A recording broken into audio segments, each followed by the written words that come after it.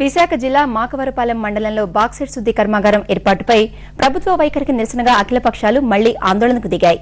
తమ భూములను వదులుకునేది లేదంటూ 13 గ్రామాల రైతులు టీడీపీ వామపక్షాల ఆధ్వర్యంలో ర్యాలీ రాస్తారోకో నిర్వహించి ఎంఆర్ఓ కార్యాలయాన్ని ముట్టడించారు. మాకవరపాలెం మండల పరిధిలోని రాచపల్లి, ఎర్రకన్నపాలెం గ్రామాల్లో బాక్సైట్ శుద్ధి కర్మాగారాన్ని నెలకొల్పాలన్న ప్రభుత్వ నిర్ణయాన్ని ఆదిలోనే కాంగ్రెస్ మినహా అన్ని పార్టీలు వ్యతిరేకించాయి. దాదాపు 2 నెలల పాటు మాకవరపాలెంలో నిరాహార దీక్షలు సైతం నిర్వహించి ఆందోళనలు చేపట్టాయి. భూసేకరణలో భాగంగా ప్రభుత్వం నిర్వాసితులతో చర్చించకపోవడం, వారి అభిప్రాయాలను కనీసం పరిగణనలోకి తీసుకోకపోగా మంత్రి కొణతాల రామకృష్ణ, జిల్లా అధికారులు చేస్తున్న ప్రకటనలకు ఎక్కడా పొంతన కుదరలేదు.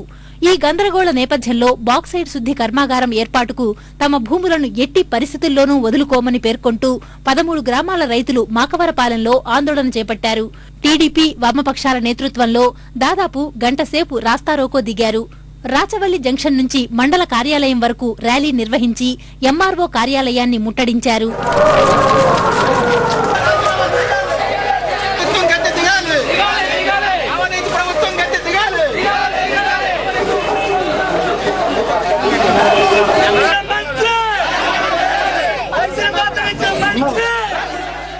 రైతులు ఇష్టం లేకుండా ఏ కార్యక్రమం చేయమని చెప్పి ఇక్కడ వాగ్దానం చేశాడు మంత్రి గారు.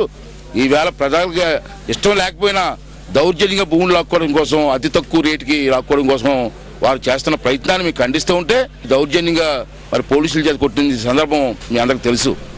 మరి ప్రజల సమస్యలు కూడా అడుగుతూ ఉంటే ఇంత దౌర్జన్యంగా కొట్టించే పరిస్థితి వస్తే ఈ గోండా ప్రభుత్వంలో ఎమ్మెల్యేగా ఎందుకు ఉండాలని చెప్పి మనస్తాపంతో నేను మరి ఎమ్మెల్యేకి రాజీనామా చేయడం జరిగింది. అది సానుభూతి తెలపాల్సిన స్పీకర్ గారు కూడా ఈ రోజుకి మాట్లాడలేదంటే సుమారు 48 గంటలు దాటిపోతుంది.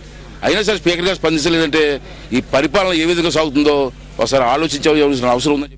తమ సమస్యలను ప్రభుత్వం దృష్టికి తీసుకెళ్లిన నర్సీపట్నం ఎమ్మెల్యే అయ్యన్న పాత్రుడిపై పోలీసులు దురుసుగా వ్యవహరించడాన్ని నిరసిస్తూ రైతులు నినాదాలు చేశారు.